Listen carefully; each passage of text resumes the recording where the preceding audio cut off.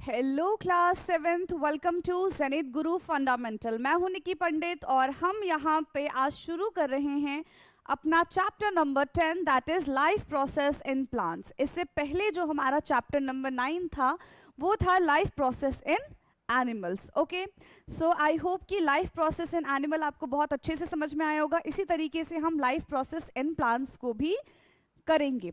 तो बेसिकली अभी तक हमने जो 9 चैप्टर्स पढ़े हैं वो एनसीईआरटी लाइन बाय लाइन ही रहे हैं। तो ये भी जो हमारा लेक्चर रहेगा वो एनसीईआरटी लाइन बाय लाइन का ही रहेगा। So let's start.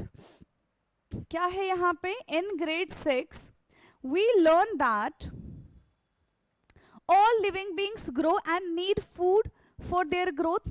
चाहे एनिमल्स हो चाहे प्लांट्स हो, सबको ग्रो करने के लिए क्या चाहिए? उनको एनर्जी की जरूरत होती है। और उनको वो एनर्जी कहाँ से मिलती है?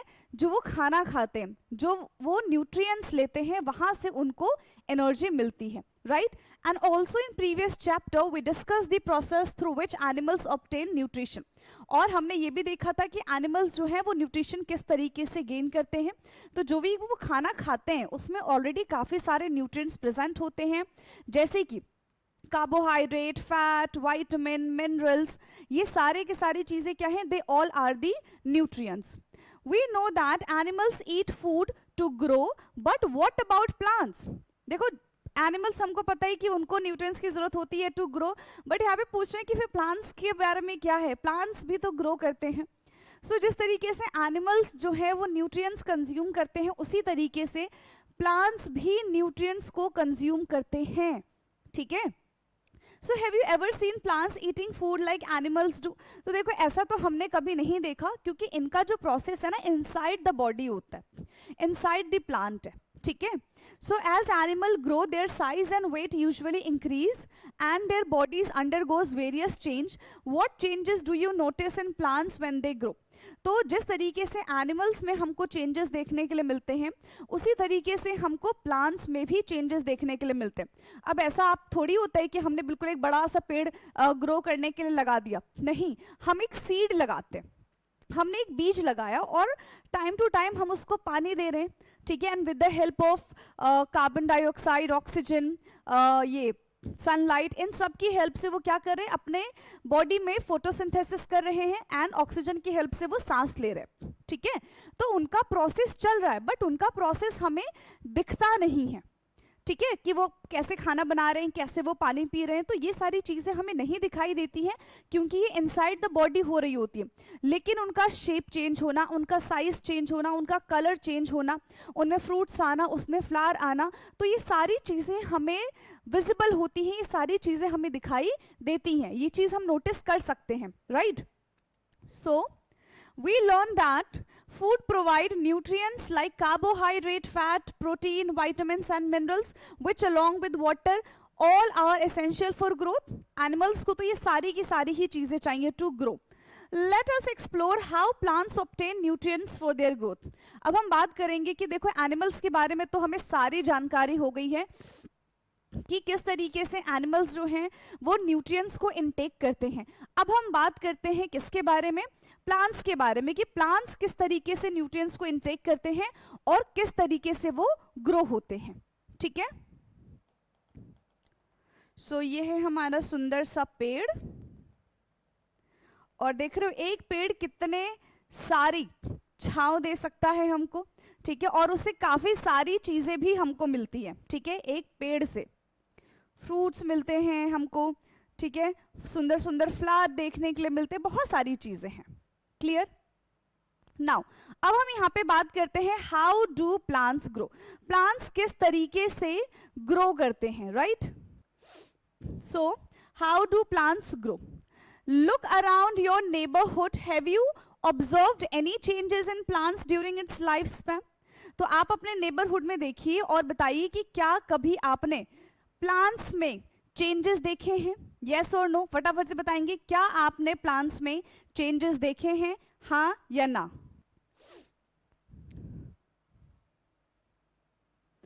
यस, देखे हैं ना? एक मिनट। ओके, हाँ। सो As plant grow, a new leaves and the branches emerge, its height increases and its stem thickens. जैसे plants grow होता है तो उसमें क्या क्या चीजें आ जाती हैं, उनकी stem बढ़ने लग जाती हैं, ठीक है, उनके बहुत सारे पत्ते आने लग जाते हैं, वो थोड़े बड़े हो जाते हैं एंड वो स्ट्रॉन्ग हो जाते हैं जैसे जैसे वो बढ़ना शुरू करते हैं. Now what do you think causes these changes? Discuss with your friends and provide your explanation as well. तो इन सब में क्या कॉजेज है, क्या क्या चेंजेस होते हैं, इसके बारे में हम बात करेंगे. सो when we water plants regularly they grow better, so I think water also contribute its growth. तो एक बच्चा यहाँ पे क्या कह रहे हैं कि जब हम प्लांट्स को पानी देते हैं तो वो क्या करते हैं, वो ग्रो होना शुरू हो जाते हैं. दैट मीन्स वाटर जो है एक एसेंशियल पार्ट है प्लांट के ग्रोथ के, प्लांट को ग्रो करने के लिए, ठीक है. फिर क्या कहते हैं, I think sunlight plays some role in the growth of the plants. कह रहे हैं कि सनलाइट जो है वो भी प्लांट्स के ग्रोथ में हेल्प करता है. So definitely water and sunlight दोनों के दोनों प्लांट्स के ग्रोथ में हेल्प करते हैं. फिर है प्लांट्स में take up food from the soil through their roots. फिर ये क्या कह रही हैं कि जो प्लांट्स होते हैं वो क्या करते हैं, फूड इनटेक करते हैं. कहाँ से फूड इनटेक करते हैं, देखो फूड तो वो बनाते हैं, है ना, with the help of sunlight, and वो मिनरल्स और वाटर को एब्जॉर्ब करते हैं from their roots. I think maybe dash play some role. तो क्या हो सकता है, देखो sunlight play role, chlorophyll, carbon dioxide, ठीक है, एंड ये सारे के सारे क्या करते हैं, प्लांट्स को ग्रो करने में हेल्प करते हैं. क्या इतनी चीजें क्लियर हैं? देखो प्लांट्स, अब सबसे पहले अपनी बात कर लो, छोड़ो प्लांट्स को, ठीक है. अगर हमें कुछ खाना होगा तो क्या हम एक ही इंग्रेडिएंट लेके अपना प्यारा सा खाना बना सकते हैं? नहीं बना सकते. उसके लिए हमें बहुत सारे इंग्रेडिएंट्स की जरूरत होगी, ठीक है. जैसे मान लो सब्जी ही बनानी है, तो सब्जी बनाने के लिए भी हमको क्या क्या चीज़ें चाहिए, उसमें जो मसाले होंगे वो चाहिए, नमक चाहिए, जिसकी सब्जी बनानी है वो चाहिए, गैस चाहिए. तो बहुत सारी चीज़ों की हमको रिक्वायरमेंट है इवन एक सब्जी बनाने के लिए. तो ऐसे ही प्लांट्स को अपना खाना बनाने के लिए किसी एक चीज़ पे वो रिलाई नहीं करते हैं, उनको भी काफ़ी सारी चीज़ें चाहिए होती है टू मेक देयर फूड. उसके लिए उनको पानी चाहिए होता है, सनलाइट चाहिए होता है, कार्बन डाइऑक्साइड चाहिए होता है, and the most important thing उनको क्लोरोफिल चाहिए होता है ताकि वो अपना खाना बना सके. ठीक, Let us perform an experiment to test some of these explanation. तो अब हम इन explanation को जरा सा टेस्ट कर लेते हैं, ठीक है. Activity 10.1, let us test some explanation. Okay, so take 3 earthen pot. आपको 3 यहाँ पे earthen pot ले लेना है, बॉटल, कंटेनर, ठीक है, किसी कुछ भी ले सकते हो आप. Of the same size filled with the garden soil, plant sapling of the similar size. सब में सिंपल ये सिमिलर साइज के आप प्लांट्स ग्रो कर दो, ठीक है. Of the fast growing plants like chilli और the tomato in each pot. ऐसे प्लांट हमको ग्रो करने जिसमें हमको जल्दी चेंजेस देखने के लिए मिल जाए. Label the pot A, B and C. Count the number of leaves on each sapling and record your observation. तो अभी देखो सब में क्या क्या है, दो दो तो बड़े बड़े लीव्स हैं और यहाँ पे 2 छोटे छोटे से लीव्स हैं, ठीक है, यही है. अब इनकी ना कंडीशन हम यहाँ पे चेंज कर देंगे. Now place pot A in direct sunlight, keep the soil in this pot slightly moist by adding an adequate amount of water every day. Pot A को हम कहाँ पे रख रहे हैं, पॉट ए को हम सनलाइट में रख रहे हैं, ठीक है, डायरेक्ट सनलाइट में रख रहे हैं, और उसको तो जैसे जैसे उसको पानी की जरूरत होती रहेगी हम उसको पानी देते जाएंगे, ठीक है. फिर पॉट बी के बारे में क्या बोल रहे हैं, place pot B in direct sunlight without adding water to the soil. Pot B को हम डायरेक्टली सनलाइट में रख रहे हैं बट उसको हम पानी नहीं देंगे, ठीक है. पॉट ए को हम सनलाइट में रख रहे हैं पर उसको पानी देंगे. पॉट बी को हम सनलाइट में रखेंगे पर हम उसको पानी नहीं दे रहे हैं, ठीक है जी, नहीं देते उसको पानी, ठीक है. फिर क्या कह रहे हैं, पॉट सी के बारे में देख लो, place pot C in dark. एक को हमने डार्क कंडीशन में रख दिया है, keep the soil in this pot slightly moist by adding an adequate amount of water every day. Dark में रखा है पर उसको हम क्या कर रहे हैं, समय समय पर उसको भी हम पानी देते जा रहे हैं. Now observe the plants for 2 week and record changes in their height, number of leaves, color of leaves and any other changes that may appear. अब उनको हमें 2 हफ्तों के लिए रखना है और हम चेक करेंगे कि उन सब प्लांट्स में क्या क्या चेंजेस आए हैं. Now record your observation in table 10.1. और अब हमको क्या करना है, अपने ऑब्जर्वेशन के हिसाब से, देखो pot A, pot B and pot C, जो भी हमारी ऑब्जर्वेशन रही है उसके हिसाब से हमें यहाँ पे आंसर बताना है। सबसे पहले pot A in direct sunlight with water, तो उसको सनलाइट मिल रहा है, हाँ उसको सनलाइट भी दिया जा रहा है, उसको वाटर भी दिया जा रहा है, ठीक है। हाइट ऑफ द प्लांट मान के चलते हैं कि पहले ये 10 सेंटीमीटर का था, कुछ टाइम के बाद बढ़ जाएगा 15 सेंटीमीटर हो जाएगा। नंबर ऑफ लीव्स डे 1 में हमने 4 काउंट किए थे, 2 छोटे थे और 2 बड़े थे, फिर 2 वीक्स बाद डबल हो जाएंगे, ठीक। अभी कैसे हैं इसके पत्ते, हरे हरे हैं, ठीक। इसको तो प्रॉपर सारी चीजें मिल रही है। पॉट बी के बारे में बात करते हैं, इन डायरेक्ट सनलाइट विदाउट वाटर, तो सनलाइट तो है पर इसको पानी नहीं मिल रहा है, ठीक है। ये भी हमारा 10 सेंटीमीटर होगा। आफ्टर 2 वीक क्या ये बढ़ पाएगा, नहीं बढ़ पाएगा, ये 10 सेंटीमीटर का ही रहेगा। डे 1 में भी इसके पास कितने लीफ थे, डे 1 में इसके पास 4 लीफ थे, और ये वीक 2 आते आते इसके और पत्ते मुरझा जाएंगे तो कम ही हो जाएंगे, और क्योंकि इसको पानी नहीं मिल रहा है ये सूख के कैसा हो जाएगा, येलोइश कलर शो करने लग जाएगा, clear. Pot C in the dark with water, dark में है पर वाटर है, तो सनलाइट नहीं है बट इसके पास वाटर है। इनिशियल इसकी हाइट कितनी ली थी, 10 सेंटीमीटर, तो बिना सनलाइट की हेल्प से ये बढ़ेगा तो, बट ज्यादा नहीं बढ़ पाएगा, उसकी ग्रोथ अच्छी नहीं हो पाएगी, तो ये 12 सेंटीमीटर तक ही बढ़ेगा। 4 पत्ते थे, ज्यादा से ज्यादा 6 पत्ते हो जाएंगे, 5 पत्ते हो जाएंगे, और क्योंकि इसको सनलाइट नहीं मिल रहा है इसका भी कलर हमको कैसा देखने के लिए मिलेगा, इसका भी कलर हमको चेंज देखने के लिए मिलेगा, ठीक है। इसका भी कलर हमको कैसा देखने के लिए मिलेगा, चेंज देखने के लिए मिल जाएगा। So, what differences did you observe between the plants in 3 pot? क्या क्या हमने देखा? So, which pot has the maximum plant with the maximum growth? तो हमारा pot A था. Which pot has the plant with the least growth? तो pot B. में negative में ग्रोथ चली जा रही थी इसकी। तो analyse the observations recorded in table 10.1 and discuss them with your teachers and friends. तो जो भी चीजें हमने एनालाइज की है वो हमें अपने टीचर्स के साथ, अपने फ्रेंड्स के साथ ये चीजें डिस्कस करनी है।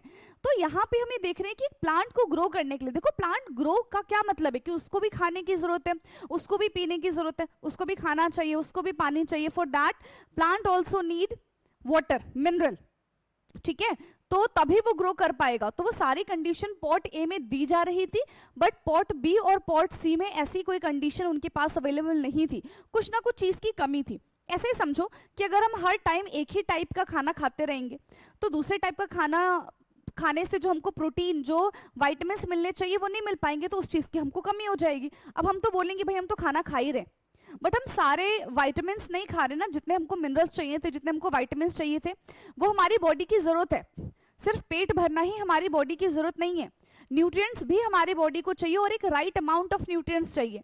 तो ऐसे ही प्लांट्स का केस है कि जरूरी नहीं कि हम उसको सिर्फ पानी दे रहे हैं या फिर सिर्फ सनलाइट ही दे रहे हैं तो वो ग्रो कर जाएगा, नहीं, उनको भी सारी चीजों की जरूरत है एक एडिक्वेट अमाउंट में, ठीक है, to grow. So you are likely to find that plant in pot A keep in direct sunlight and adequate water grow better than the plant in pot C which get adequate water but no sunlight। ठीक है, plant सी में, pot सी में इतना ज्यादा growth हमको देखने के लिए नहीं मिलेगा। क्यों? क्योंकि उसके पास सनलाइट नहीं है। The plant in pot B may have died as it did not get water even though it received adequate sunlight। Plant B के बारे में बात करें, पॉट बी के बारे में बात करें, तो भाई पॉट बी की तो बहुत बुरी हालत है। क्यों? क्योंकि उसको सनलाइट मिल रही है। आपको ऐसे धूप में खड़ा कर दिया जाए तो कितने दिन तक आप बिना पानी के रह पाओगे, कितने टाइम तक आप बिना पानी के रह पाओगे।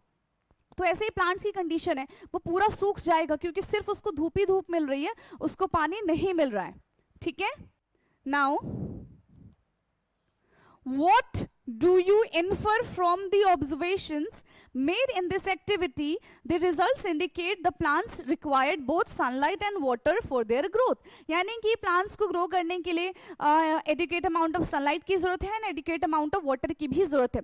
कोई एक चीज हम उनको भर भर के दे देंगे तो भी उनका ग्रोथ अच्छे से नहीं हो पाएगा, ठीक। नाउ दी फैसिनेटिंग फैक्ट्स क्या है? Tree do not produce fruit and flower merely because they are planted. ठीक है, जो ट्री है ना, अगर हमने उनको तुरंत ही लगाया तो ऐसा तो नहीं जैसे हमने पेड़ पौधे लगा दिए वैसे ही हमको उससे फल मिलने लग जाएगा, तो सब्र करना चाहिए, तभी सब्र का फल हमको मीठा मिलता है ना। So this line is from ancient Indian text name वृक्ष Ayurveda. It record useful observations about the plant growth, soil and the agriculture practices to improve crop health, growth and production. The knowledge in the text seemed to be based on the practical experience and patterns seen over the time. These ideas were then systematically documented to guide farming practices. For instance, there are references to different method of the organic manure preparation such as mixing water barley and various seeds like green, black and the horse gram. क्या कह रहे हैं? तो यहाँ पे कहा जा रहा है एक वृक्ष आयुर्वेदा, ठीक है, ये पहले के एंशिएंट के टाइम पे की एक हम बोल सकते हैं कि पुस्तक है, राइट, इंडियन टेक्स्ट है, ठीक है, वृक्ष आयुर्वेदा. ये क्या चीज करता है, ये सारी ऑब्जर्वेशंस इसके अंदर रिकॉर्डेड है, ठीक है, कि किस तरीके से प्लांट्स बेटर वे में ग्रो हो सकता है एंड ईल्ड हमको ज्यादा मिल सकती है, और उसमें कुछ टेक्निक्स भी हैं for better farming, for better crop production, ठीक है. और सीड्स के बारे में भी यहाँ पे जानकारी है कि जब भी हम किसी प्लांट्स को ग्रो करते हैं तो सीड्स कैसा होना चाहिए, सॉइल कैसा होना चाहिए, टेक्सचर कैसा होना चाहिए, ठीक है. तो हर एक चीज की यहाँ पे जानकारी है जिससे फार्मर्स को बहुत हेल्प होती है जब भी वो किसी क्रॉप को प्रोड्यूस करने वाले होते हैं तो, ठीक. Now, how do plants get food for their growth? Plants को खाना कैसे मिलता है उनकी ग्रोथ के लिए? So we know that animal get their food from plants. हमको पता है कि भाई एनिमल जो है, ठीक है, उनको अपना खाना कहाँ से मिलता है, प्लांट से उनको अपना खाना मिलता है डायरेक्टली और बाय ईटिंग प्लांट्स और indirectly by eating animals that turn eat plants for their nutrients and growth. तो प्लांट्स आर डायरेक्टली और इनडायरेक्टली डिपेंड्स ऑन ये एनिमल्स आर डायरेक्टली और indirectly depends on the plant, क्योंकि कुछ animals ऐसे होते हैं जो प्लांट्स को डायरेक्टली कंज्यूम कर लेते हैं, कुछ एनिमल ऐसे होते हैं जो प्लांट्स को डायरेक्टली नहीं खाते, बट वो एनिमल्स दूसरे एनिमल्स को खाते हैं, बट दूसरे एनिमल ने तो प्लांट खाया है ना. तो यहाँ पे क्या होता है, डायरेक्टली और इनडायरेक्टली एनिमल्स जो हैं वो प्लांट्स के ऊपर डिपेंडेंट है. Unlike animals, plants do not eat food, so leave the food factories of the plants. So plants store food in the form of starch.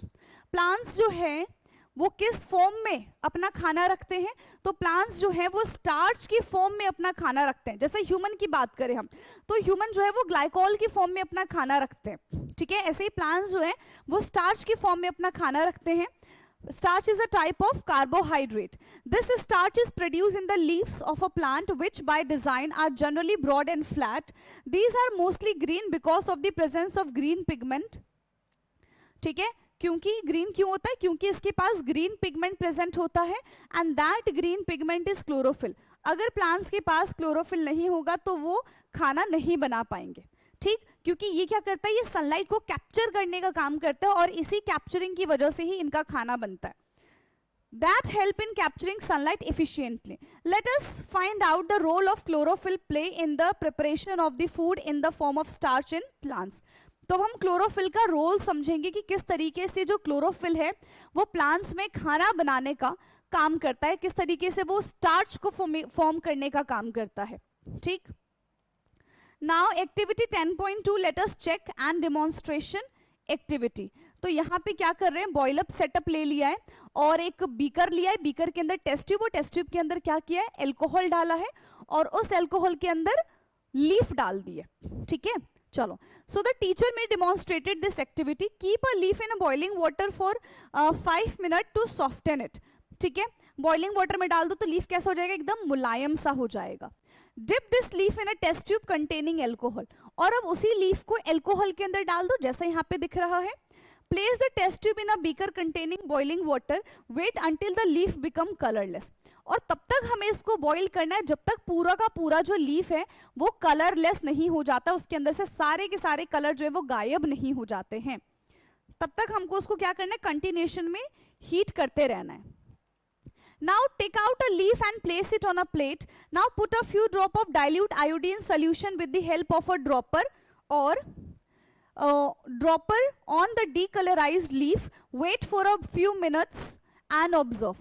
तो जो हमारे पास कलरलेस लीफ आ गया, क्योंकि अब तो देखो उसके अंदर का सारा जो क्लोरोफिल था वो तो निकल चुका है, ठीक है, उसके अंदर का जितना भी क्लोरोफिल था वो निकल चुका है। अब उस लीफ में हम क्या करेंगे, उस लीफ में हम डाइल्यूट आयोडीन सोल्यूशन ऐड करेंगे एंड कुछ मिनट के लिए हम वेट करेंगे। If the colour of the leaf change to blue black, मतलब क्या है कि उसके अंदर स्टार्च प्रेजेंट है, और अगर चेंज नहीं होता है ब्लू ब्लैक, मतलब उसके अंदर स्टार्च प्रेजेंट नहीं है, ठीक है। Cautions: alcohol should never be placed near the heat source directly, क्योंकि वो हाईली फ्लेमेबल होता है। एल्कोहल में क्या होता है, तुरंत आग लग जाती है, वॉलेटाइल नेचर का होता है, हाईली फ्लेमेबल होता है, ठीक है। So alcohol should never be placed near a heat source directly as it is highly flammable and can easily lead to fire and burn. तो वो आसानी से आग पकड़ लेते हैं, तो इस चीज का हमको ध्यान रखना पड़ेगा। तो अभी हमने क्या देखा कि हम कैसे चेक करेंगे कि हमारे पास जो प्लांट्स है उसमें क्लोरोफिल ये स्टार्च प्रेजेंट है कि नहीं है। तो हम आयोडीन सोल्यूशन उसके ऊपर डालेंगे। If it turn blue black that means starch is present, and if do not turn blue and black then starch is absent, ठीक। Do you wonder why we decolorize the leaf in the beginning of this activity? क्या आपने सोचा है कि हम directly भी तो कर सकते थे, हमने उसको डीकलराइज ही क्यों किया, हमने उसके अंदर के पहले सारे के सारे जो पिगमेंट्स थे उनको क्यों निकाला? Why? Because decolorization of a leaf enable us to easily observe change, color change and thus presence of starch. ठीक है, क्योंकि ग्रीन कलर पे ब्लू ब्लैक हमें इतना अच्छे से ऑब्जर्व नहीं होता, अगर दूसरा कलर भी आता तो भी हमको वो दिखाई नहीं देता, क्योंकि डार्क कलर है ना। तो इसलिए सबसे पहले क्या कर दिया गया, सबसे पहले उसको डीकलराइज करेंगे ताकि हमें आसानी से ब्लू ब्लैक कलर दिखाई दे सके। So this is the reason. क्या इतनी बातें क्लियर हैं? आगे बढ़े अब हम। So in activity 10.1 we have learned that water and sunlight are essential for plant growth. ये तो हमको पता चल गया कि वाटर एंड सनलाइट दोनों के दोनों प्लांट्स के ग्रोथ के लिए बहुत ज्यादा एसेंशियल है। We have discovered the green leave store starch as food, और हमने ये भी देख लिया कि पत्तों के अंदर क्या प्रेजेंट होता है, पत्तों के अंदर स्टार्च प्रेजेंट होता है जिसके अंदर फूड होता है, ठीक है, स्टार्च एज फूड।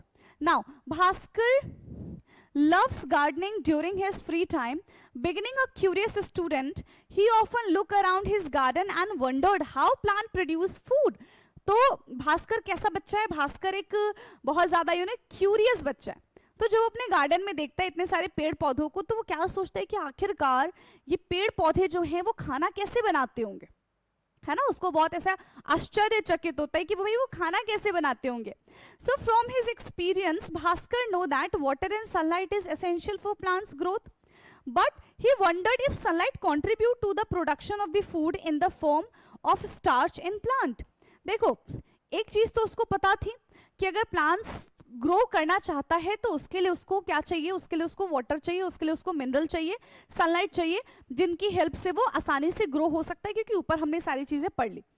लेकिन अब उसको ये समझ नहीं आ रहा कि किस तरीके से जो स्टार्च है ना, किस तरीके से क्या कह रहे हैं, but he wondered if sunlight contribute to the production of food. अब उसको ये समझ नहीं आ रहा कि कैसे सनलाइट जो है वो फूड प्रोडक्शन में कंट्रीब्यूशन करता है to form a starch in plant. So how does sunlight contribute in the production of starch in the plant? किस तरीके से सनलाइट का कंट्रीब्यूशन होता है ताकि एक प्लांट जो है वो अपना खाना बना सके। तो बेसिकली देखो सनलाइट तो सबको मिल रहा है, बट प्लांट के अंदर एक पिगमेंट प्रेजेंट होता है दैट इज क्लोरोफिल। वो क्लोरोफिल सनलाइट को कैप्चर करता है और फिर वहां पे फूड का प्रोडक्शन कराया जाता है। So let us check. Bhaskar look a leaf having both green and non-green patches from each of the two similar potted plants. तो भास्कर ने क्या किया, दो लीफ ले लिए, एक ग्रीन और एक नॉन ग्रीन पैचेस वाले, ठीक।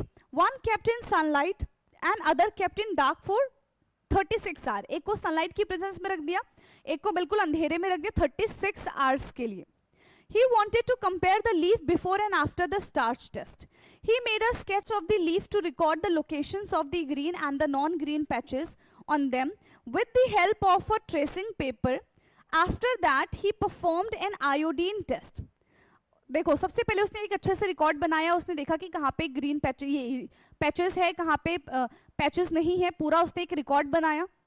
देन उसके बाद उसने क्या किया, with the help of tracing paper, ठीक है, with the help of tracing paper, after that he perform an iodine test.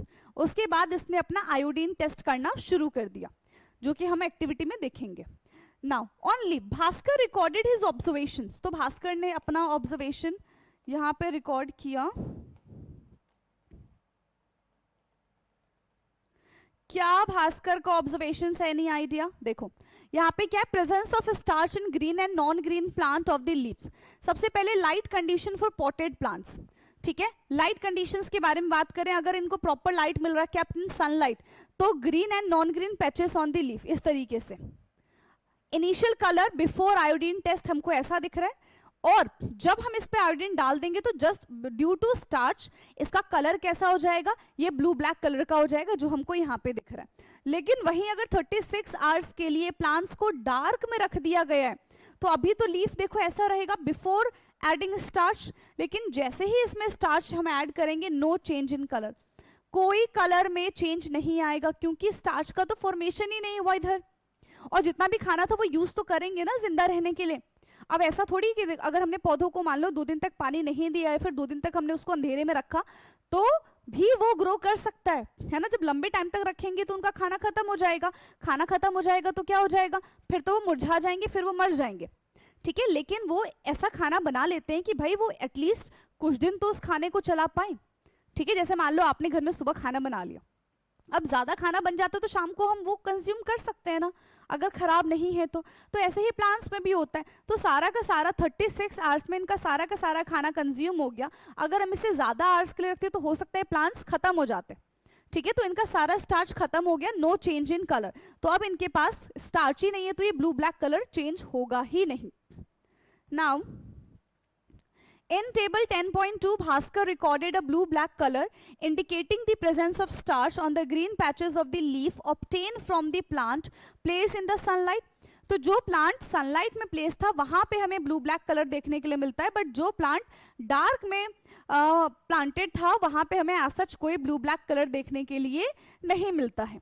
Bhaskar also record that the leaf obtained from the plant kept in a dark does not show a blue black color even on the green patches, indicating that no starch has been produced, ठीक है। उसके पास कोई भी किसी भी type का starch present नहीं है। Non green patches of the leaf obtained from the plant placed in a sunlight do not turn blue black, does it indicate that there is no chlorophyll present? क्या इसका मतलब उसके पास कोई chlorophyll present नहीं है? तो देखो क्लोरोफिल प्रेजेंट है, बट सनलाइट को वो कैप्चर कहाँ कर पा रहा है? हाँ, in those patches the non green patches में not have sufficient chlorophyll to prepare enough starch to be detected using the iodine test. उसके पास सनलाइट भी नहीं है ना।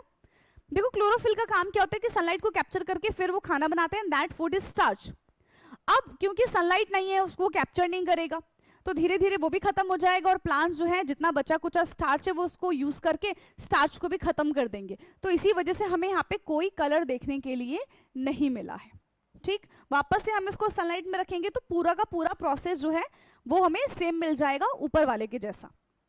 Now, the fascinating facts: some plant leaf appear red, violet, or brown because they contain more of these colored pigment than the green colored pigment। हाँ, तो कुछ ऐसे प्लांट्स होते हैं, जैसे आपने लाल साग भी देखा होगा ना, वो पूरा पूरा रेड होता है, ठीक है। तो ऐसे ही कुछ बहुत सारे प्लांट्स होते हैं जिनमें अलग अलग वेराइटीज ऑफ कलर हमको देखने के लिए मिलते हैं। दैट मीन्स उनके पास ग्रीन पिगमेंट के अलावा भी बहुत सारे पिगमेंट होते हैं, इसी वजह से वो वेराइटी ऑफ कलर शो कर पाते हैं। So this hide the green color. Some of these pigment also help in photosynthesis. You can use an iodine test to check for the presence of starch in these leaves, indicating that photosynthesis has needed taken place. तो हम इन colourful plants में, इन colourful leaves में भी photosynthesis, ये starch को check कर सकते हैं with the help of iodine. तो इनमें देखो स्टार्च प्रेजेंट होगा, ठीक है, क्योंकि इनमें क्लोरोफिल प्रेजेंट है, बट क्योंकि और भी पिगमेंट प्रेजेंट है तो वो क्लोरोफिल ना थोड़ा दब जाता है ना, थोड़ा क्या हो जाता है, इनहिबिट हो जाता है, ठीक। Now what do we infer from the observations listed in table 10.2? as we know leaves are mostly green because of the presence of chlorophyll। Leaves जो होते हैं वो ग्रीन कलर के होते हैं, क्यों? क्योंकि उसमें क्लोरोफिल प्रेजेंट होता है। We have also seen that starch is produced where green patches of the leaves are present। हमने ये भी देखा है कि स्टार्च कहाँ पे प्रोड्यूस होता है? जहाँ पे वो ग्रीन पैचेस प्रेजेंट है। जहाँ पे ग्रीन पैचेस प्रेजेंट नहीं है वहाँ पे स्टार्च प्रेजेंट नहीं है। So we can infer that chlorophyll help in preparing starch in the presence of sunlight. Chlorophyll जो है वो खाना बनाने का काम करता है। खाना इज स्टार्च, तो क्लोरोफिल जो है वो स्टार्च बनाने का काम करता है। कब? जब उसको सनलाइट मिलता है तब। अगर उसको सनलाइट नहीं मिलेगा तो वो खाना प्रिपेयर नहीं करेगा। In fact, it is essential for the preparation of starch. Hence, the leaves also called food factories of the plant. ठीक है, लीव्स को ही हम क्या कहते हैं? लीव्स को ही हम फूड फैक्ट्री कहते हैं, क्योंकि वहीं पे पूरा खाना बनता है। ठीक है, लीव्स जैसे हमारे किचन में खाना बनता है, ठीक है, तो हमने उसको एक नाम दे दिया किचन, है ना, वहीं से सारा खाना बनकर आएगा। बेडरूम से तो खाना नहीं बनाएंगे। ठीक है, तो ऐसे ही प्लांट में कौन खाना बनाते हैं? पत्ते खाना बनाते हैं, तो उनको हम फूड फैक्ट्री बोलते हैं। What else is essential for the preparation of the food in the plants? Let us find out. और क्या क्या चीजें प्लांट्स को चाहिए अपना खाना बनाने के लिए, इसके बारे में भी बात करेंगे। बट अब इसके बारे में हम कब बात करने वाले हैं भाई? इसके बारे में अब हम नेक्स्ट क्लास में बात करने वाले। ठीक है, तो role of air in preparation of food. अभी हमने सनलाइट का रोल देख लिया। ठीक है, अब हम देखेंगे कि एयर का क्या रोल है फूड को प्रिपेयर करने में। तब तक के लिए आपको फिर से एक बार एनसीईआरटी को खुद से रीड करना है। अगर कोई डाउट आता है तो आप कमेंट करके पूछ सकते हैं। Thank you so much.